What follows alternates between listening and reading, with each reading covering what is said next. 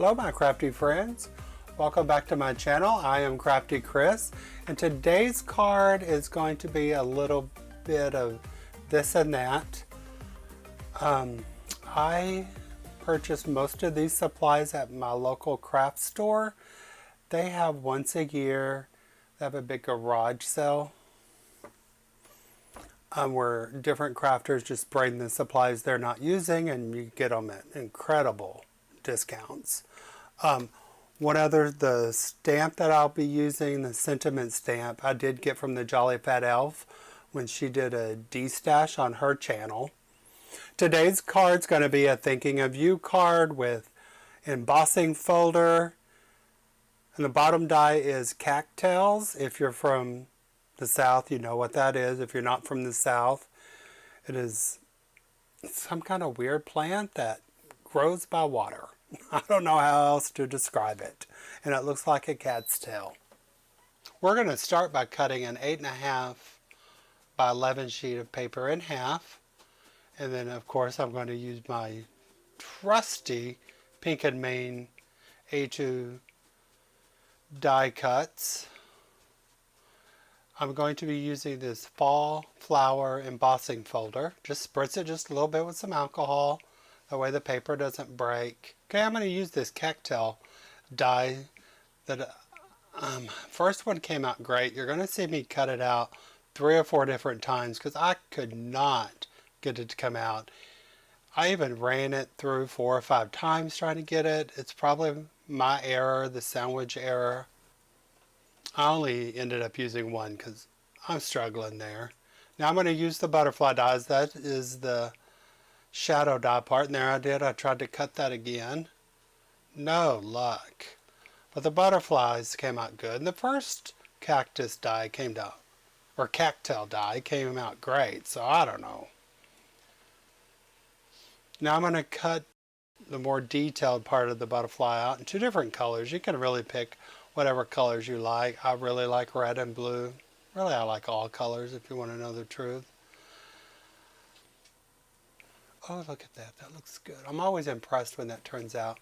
I'm going to use my Sizzix little tool here to get all those little bitty pieces out so I don't have to pop each individual one out, but I still have to pop out the small pieces. I really like this tool. If you don't have one, I highly recommend getting one.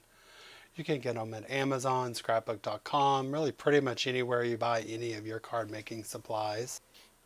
Okay, now we're just going to glue these together. You just need to put 1 line of glue on the body only because you want the wings to kind of fold up a little bit on themselves so it looks more 3D.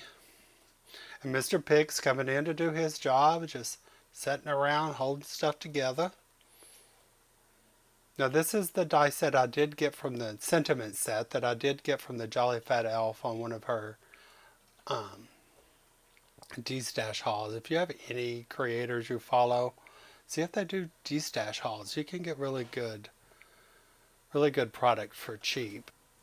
I'm going to try to emboss this. So I'm using the VersaMark for embossing, and then the Simon Says silver embossing powder. Just drop that on there. This is my little paper clip. Just got that at Walmart, I think, and I painted it green because I just thought it was fun. Just put it back in there. It does not take long at all to emboss it. If you're not good at embossing, just keep practicing. That's what I did. Now it looks like I'm going to cut it out. I like sentiments that have die sets to them. I am not good at fussy cutting at all. I am going to cut out 2 more layers of that. Okay, I'm going to glue this one down because that's all I could get out of the multiples I made. Now, I did learn on this, you do have to put glue on every one of those little bitty cattails. That's cat. I know I say it with an accent. Get Mr. Piggy to hold it down. Oh, he's not big enough, so I had to get Mr. Post-it Note.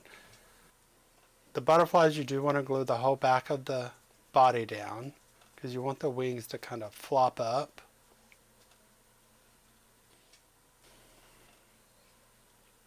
And you can see me doing it again. Here is where I cut out 2 more layers of the sentiment because I didn't want to add any foam adhesive behind that because it was just too thin. So I just thought I'd glue it together to give it dimension. Oh, look how fast I'm gluing that down. I wish that was real life.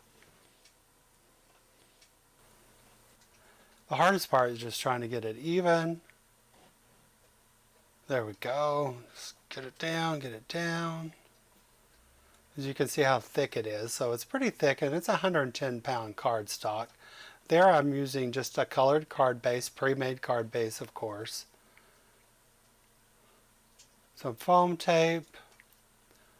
Since it is on the thinner side, because that's all I had closest to me, I do put 4 strips down. I usually just do 3 of the wider.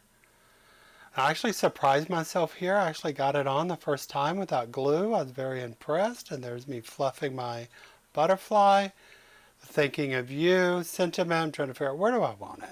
Where would I like that? Oh yeah, let's go towards the bottom. Also kind of hold down that cattail.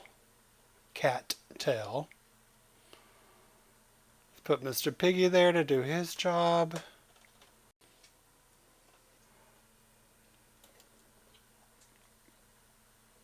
I tried to think, well, maybe I could use a little bit of bling, but I've not gotten my bling game down yet, so I decided not to go with any bling. I really need to purchase some more bling. So if anyone knows a good place to get bling, let me know. I like to buy my stuff where you get a whole bunch of different stuff at one time. And there we have it. A lot of different supplies, but still a very simple card. Almost everything I used on this card was all secondhand. Nothing wrong with secondhand, especially when you're first starting out. Thank y'all so much for joining me today, and thank you so much for your time. I plan on making longer videos as time allows, but I'm really enjoying myself. I hope you're enjoying watching my videos. So until next time, don't forget to like, subscribe, become one of my friends. I need friends. We all need friends. Again, thank you so much. See you again soon.